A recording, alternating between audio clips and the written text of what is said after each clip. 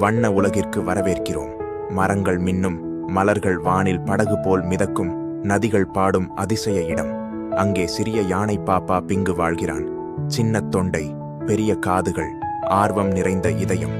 ஒரு நாள் பிங்கு விளையாடிக் கொண்டிருக்கும் போது நீளமாக ஜொலிக்கும் மந்திரக்கல் ஒன்று உதவி தேவை என்று அழுகிறது. உலகின் 7 வண்ணங்களும் மங்கி வருகின்றன என்று அது பயத்துடன் சொல்கிறது.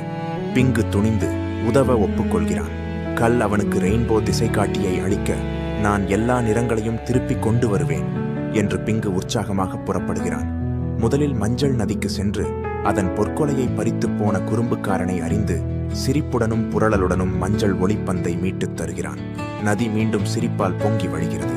அடுத்து பச்சை காடு, வாடிப்போன கிளைகள், சோகம் கொண்ட கிளிகள். ஓடிய தவளை ஒன்று பச்சை ஒளிப்பந்தை விழுங்கி ஒளிகிறது. பிங்கு மெதுவாக சமாதானப்படுத்தி அதை மீட்டுத் தர காடு பசுமையுடன் ஆடத் தொடங்குகிறது. பின்னர் பனிபோல் வெண்மையான நீலமலைக்கு சென்று அழுது கொண்டிருக்கும் சிறிய மேகத்திடம் நகைச்சுவை செய்து அதன் சோகத்தை போக்கி நீல ஒளிப்பந்தை திரும்பப் பெறுகிறான்.